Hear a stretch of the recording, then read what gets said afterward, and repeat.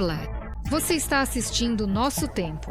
Natália Sopita está trabalhando para você no estúdio e eu vou lhe contar sobre a coisa mais importante neste momento. Na Ucrânia, juntamente com os líderes mundiais, chegamos mais perto de um possível fim da guerra. O presidente ucraniano Volodymyr Zelensky anunciou isso durante uma reunião com jornalistas. Ele enfatizou que a situação na Ucrânia não tem paralelo no mundo. Ao mesmo tempo, o presidente está confiante de que, recentemente, as pré-condições para um progresso real em direção à paz surgiram.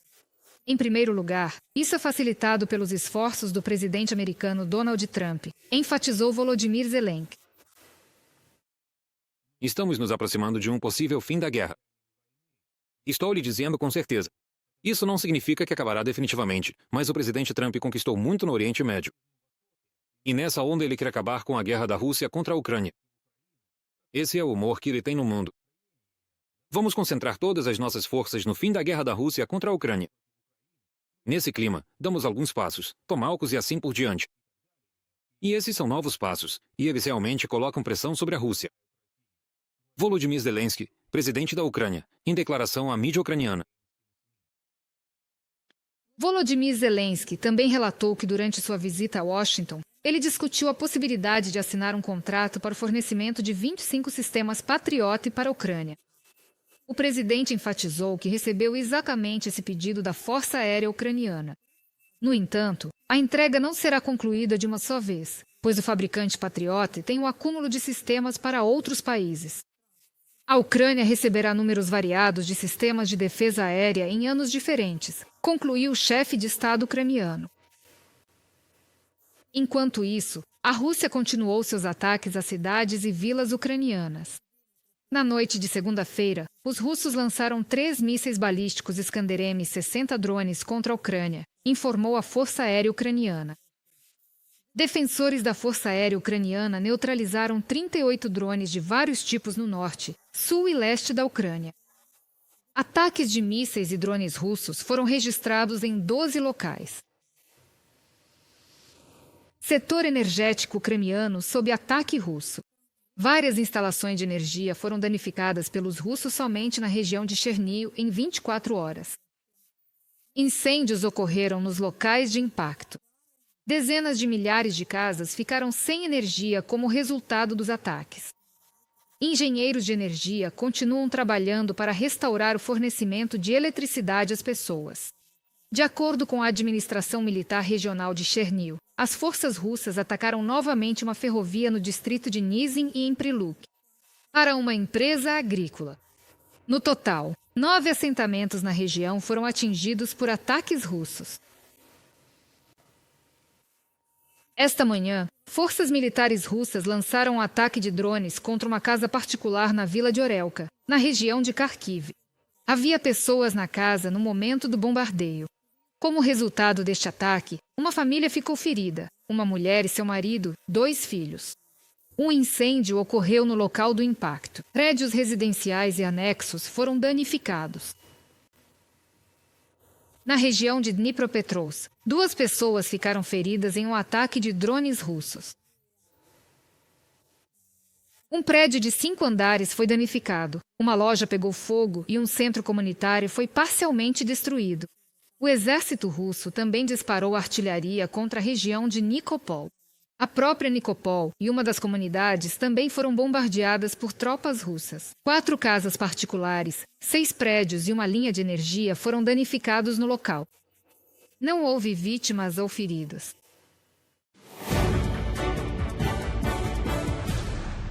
O presidente ucraniano Volodymyr Zelensky deve participar das negociações entre Trump e Putin em Budapeste, de acordo com a UE, conforme declarado hoje pelo ministro das Relações Exteriores da União Europeia, Kallas, antes de uma reunião de ministros das Relações Exteriores da UE em Luxemburgo. Ela expressou decepção pelo fato de o ditador russo visitar oficialmente um país da União Europeia, onde há um mandado de prisão internacional. No entanto, Kallas espera que Trump consiga forçar Putin a fazer a paz. Gostaria que Zelensky se reunisse com Putin porque são eles que precisam chegar a um acordo sobre essa questão. Então, como eu já disse, Trump e Putin estão se encontrando. Mas vamos ver no que dá. Acho importante que o presidente Zelensky também se encontre com Putin e eles possam discutir o que pode ser feito. Se os Estados Unidos têm poder suficiente para pressionar a Rússia e forçá-la a sentar-se à mesa de negociações, e se eles usarem, então é claro que seria bom se a Rússia parasse com esta guerra. A ministra das Relações Exteriores da União Europeia, Kaja Kallas, também anunciou que a UE planeja adotar o 19º pacote de sanções contra a Rússia esta semana. Ela prevê que novas restrições serão aprovadas na reunião de líderes da UE na quinta-feira, 23 de outubro. De acordo com Kallas, discussões estão em andamento nos países do bloco sobre como combater efetivamente a frota paralela da Rússia. Também esta semana, a União Europeia pode tomar uma nova decisão sobre o uso de ativos russos congelados. A embaixadora da UE na Ucrânia, Katarina Maternová, anunciou isso em uma entrevista à mídia ucraniana. Segundo ela, Bruxelas já está usando a receita de fundos russos congelados para financiar o fornecimento de armas para as forças de defesa ucranianas. E o desenvolvimento de mecanismos para o uso futuro de ativos russos continua. Concordo plenamente que a Federação Russa violou qualquer legislação existente no direito internacional. Congelamos ativos russos e os colocamos em contas separadas.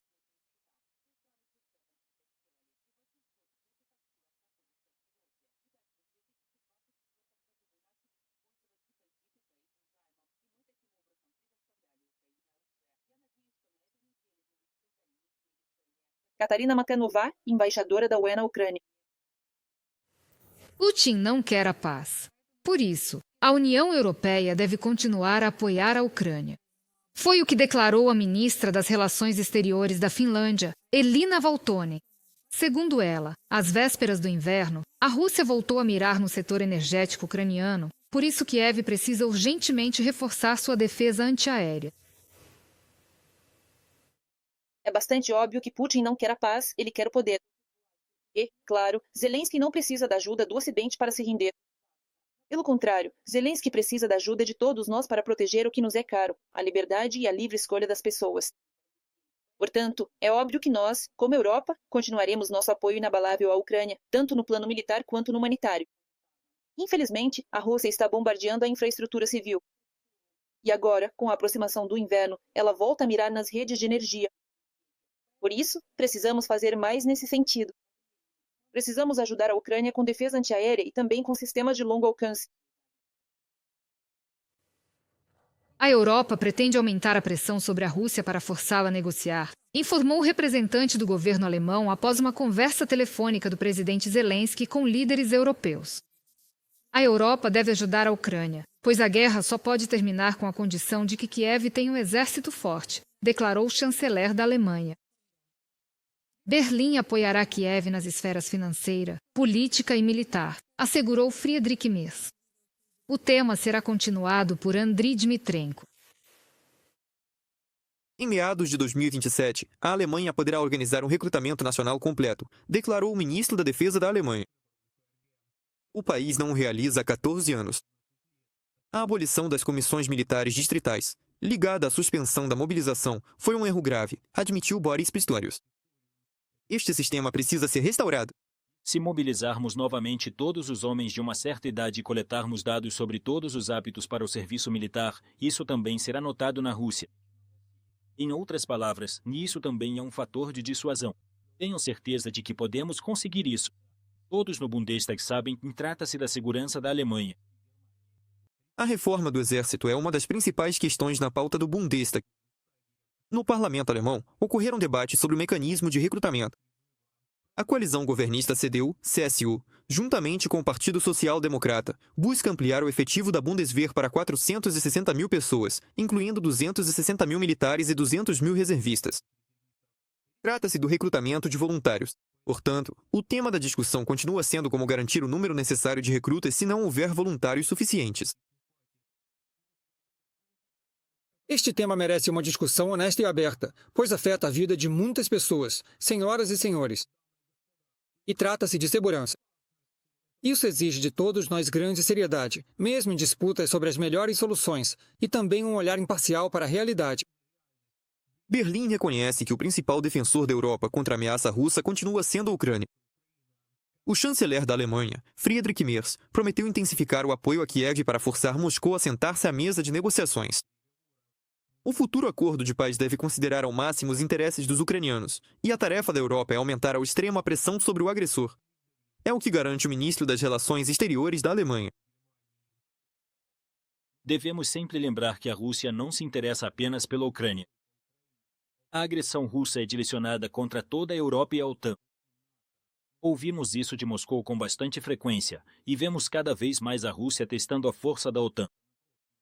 Para evitar uma nova escalada do jogo extremamente perigoso de Putin, devemos continuar a limitar suas capacidades de nos ameaçar. Isso inclui o esgotamento do orçamento militar da Rússia. Berlim apoia o confisco de ativos russos mantidos em contas europeias.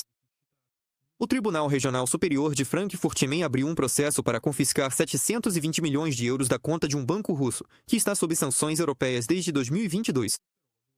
Em 16 de outubro, o jornal Die Zeit, citando documentos judiciais, informou que o iniciador do processo foi a Procuradoria Federal da Alemanha. O nome do banco não é revelado, mas sabe-se que o procedimento de confisco foi iniciado por violação da proibição de movimentar fundos congelados devido à guerra da Rússia contra a Ucrânia. O banco tentou retirar o dinheiro, mas a operação foi recusada. A Alemanha também discute a pressão econômica sobre o país agressor no nível do grupo dos 7.